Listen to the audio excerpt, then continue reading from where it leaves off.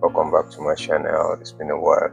I've been working on a lot of movies and qualities. My main priority, the one I'll be sharing with you now, is called Love, Lies, and Redemption, Juma's Unexpected Family. It takes you into an emotional roller coaster through the life of Juma. Juma is an handsome Nigerian man torn between love, betrayal, and fatherhood. After years of carefree living, Juma's past comes back to haunt him when he unexpectedly met his son. Follow me through this movie as we unfold a lot of things that you might have not heard before. Thank you. Juma was a striking young man, 24-year-old, with a presence that commanded attention wherever he went. His thick brown eyes sparkled with mischief, and his smile could charm even the most practical hearts. He was the kind of man who could wear a crepe suit with as much ease as traditional African outfit, moving seamlessly between the worlds of tradition and modernity. His charismatic and outspoken nature made him beloved by many, but it also earned him a reputation as a Casanova. Juma's accommodating nature and transparency in relationships allow him to juggle the affections of multiple women without much conflict, until, of course, the day his past caught up with him. Two women in particular held a significant place in Juma's life: Lara and Beauty. Lara, a vibrant 21-year-old, was the more carefree of the two. She had a wild side that attracted Juma, though it also made him wary. Beauty, on the other hand, was 22-year-old, elegant and grounded. She brought balance to Juma's chaotic life. Interestingly, both women knew of each other and didn't mind sharing him, as long as their visit to his apartment remained on different days. However, the dynamics changed dramatically when Lara discovered she was pregnant. Juma, who was then studying economics at the university, was not ready to be a father, especially not with someone like Lara, whom he believed was too promiscuous to be certain the child was his. Lara, you know how things are between us. I'm not ready for this, and frankly, I'm not even sure if it's mine. Juma said this to Lara, his voice cold and detached, a stark contrast to the one that once colored their relationship and their conversation. Hot and angry, Lara left town with her unborn child, disappeared from Juma's life without a trace. Juma carried on, seamlessly unbothered by the decision to continue his relationship with Beauty, which grew stronger over time. They shared dreams of a future together, filled with love and children. Despite the heartbreaks they faced, Beauty suffered several miscarriages, each one taking a heavy toll on her spirit. Still, she clung to hope, and Juma, despite his wandering eye, stayed by her side. 10 years passed, and Juma was no longer the carefree boy he once was. He had completed his studies, married Beauty, and settled into a more stable life, though the joy of fatherhood remained elusive. They had tried everything, but after years of miscarriages and endless doctor visits, Beauty's heart was broken. Juma, I think it's time we face the truth, Beauty said one evening, her voice trembling with the weight of her words. Maybe we weren't meant to have children. Juma, unable to meet her gaze, knew that their relationship had reached a breaking point. The strain of their unfulfilled dreams and Juma's infidelity, which Beauty had recently discovered, was too much to bear. They agreed to separate, both seeking solace in different directions. A few months later, on a sunny Saturday afternoon, Juma decided to visit a new shopping mall in town.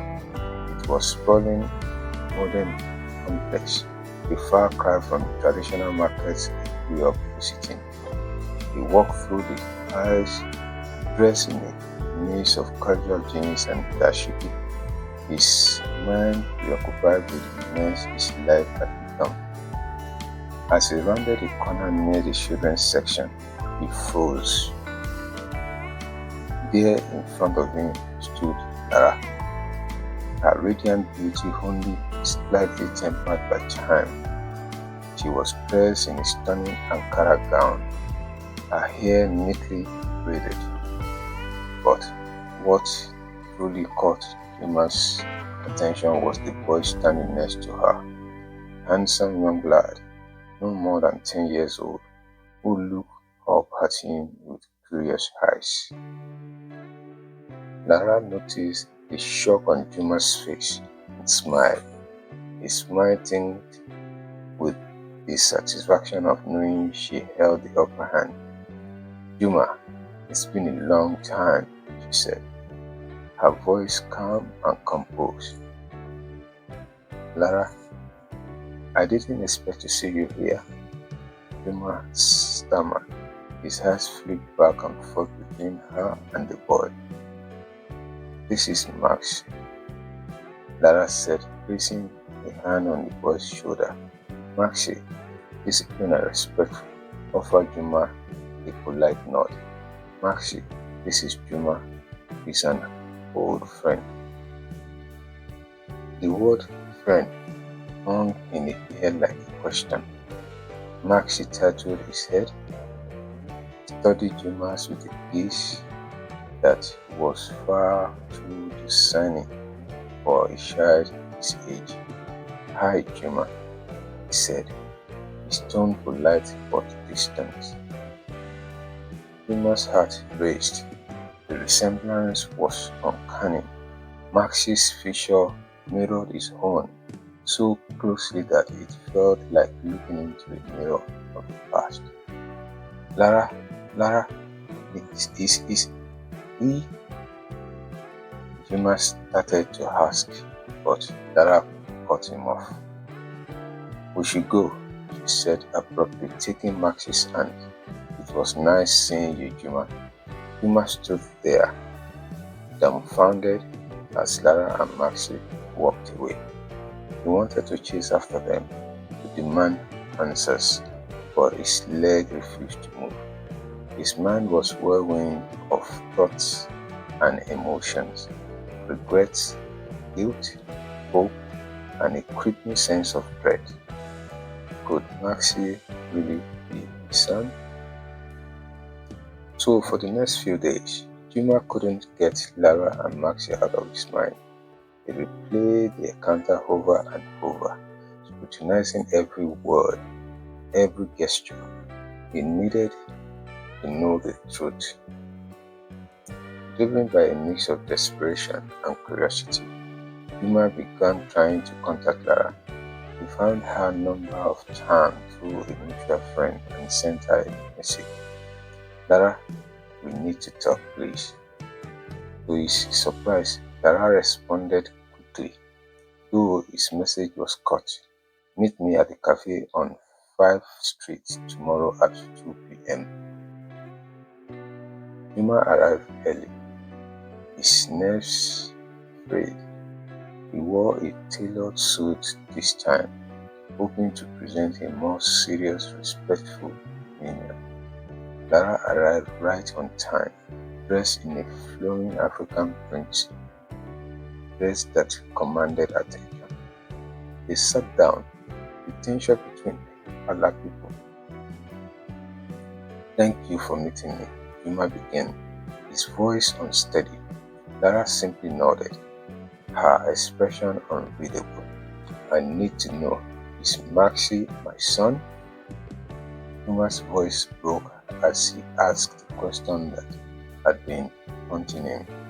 Lara looked at him for a long moment, her eyes searching his face. Why does it matter now, Juma?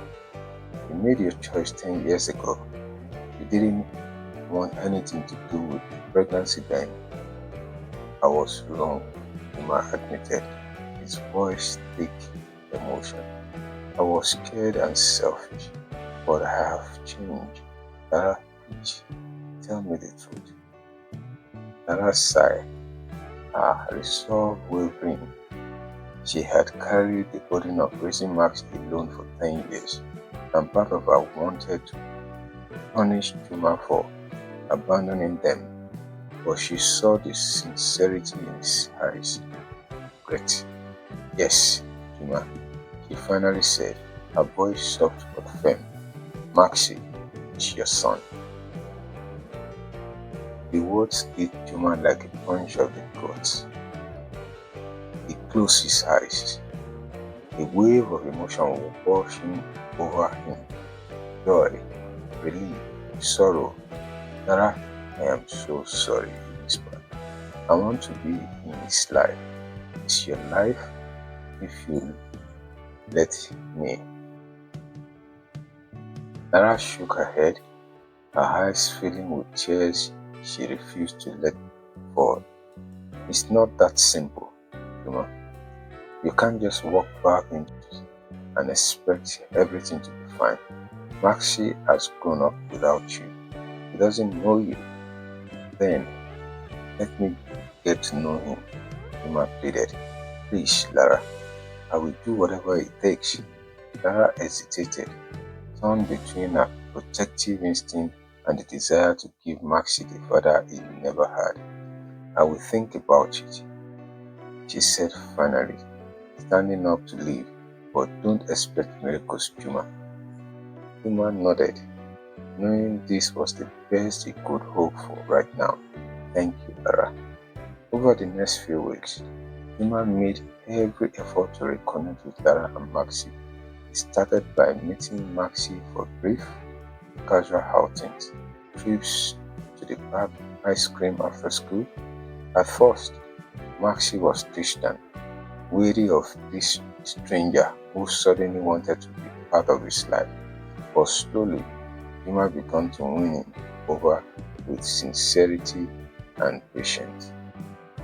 They bonded over shared interests, and Juma took every opportunity to teach Maxi about their rich cultural heritage, mixing African tradition with modern life lessons. Meanwhile, Lara watched from the sidelines, her heart torn between hope and fear. She saw the way Juma was with Maxi, the genuine care he showed, and it softened her resolve. But she couldn't forget the pain she had caused her, the years of struggle she endured alone.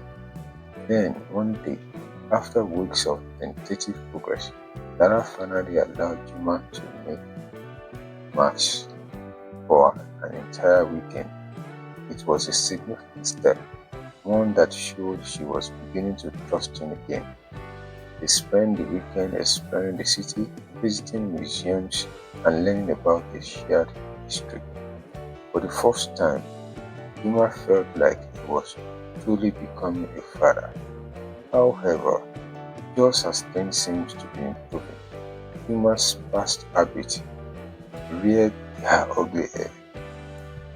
He was caught up in a brief affair with a colleague, a moment of weakness that he deeply regretted. When Lara found out, a fragile trust shattered. After everything, Juma, after all you promised, yet her voice shaking with anger and betrayal. Juma was devastated. Lara, it meant nothing. I was stupid, but I swear it's you and Maxi I want. I will do anything to fix this. But Lara had had enough. You can't fix this, Juma. You have hurt me too many times, and now you have hurt Maxi too. We are done. Lara took Maxi and moved away, cutting off contacts with Juma. It was a painful decision, but she knew it was necessary to protect herself and her son. Juma tried to reach out, but Lara was firm. He had given him a chance, and he had blown it. As time passed, Juma realized the full extent of his mistake. He lost not just Lara, but the chance to be a father to Maxi. It was a lesson learned too late.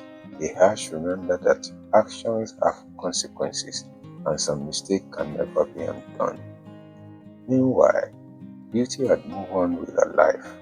After taking time to heal from her failed marriage, she met a kind, loving man who treated her with the respect and care she deserved. They married, and after a few years, Beauty was blessed with a daughter. Her life, once filled with sorrow and lust, was now a source of joy and fulfillment. As for Juma, he remained alone, reflecting on his choice he had made and the people he had hurt. He continued to live his life, but the emptiness left by Lara and Maxi was a constant reminder of what he had lost.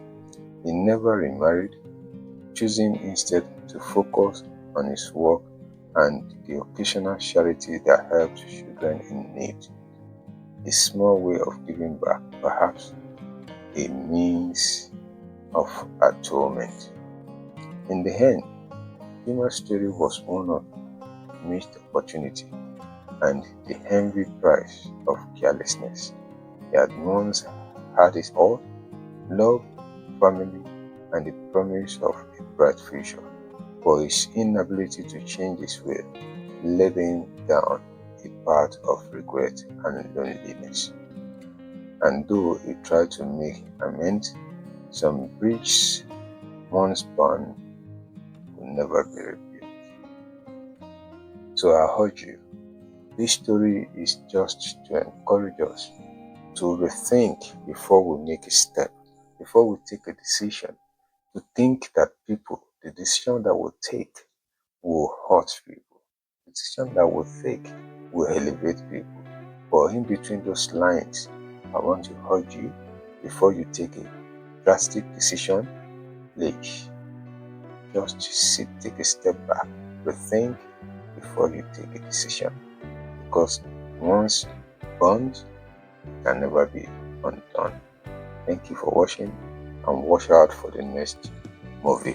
Don't forget to share this story, like, subscribe, and comment below for us to be able to improve on this channel and expect more and more beautiful stories to your ears. Thank you.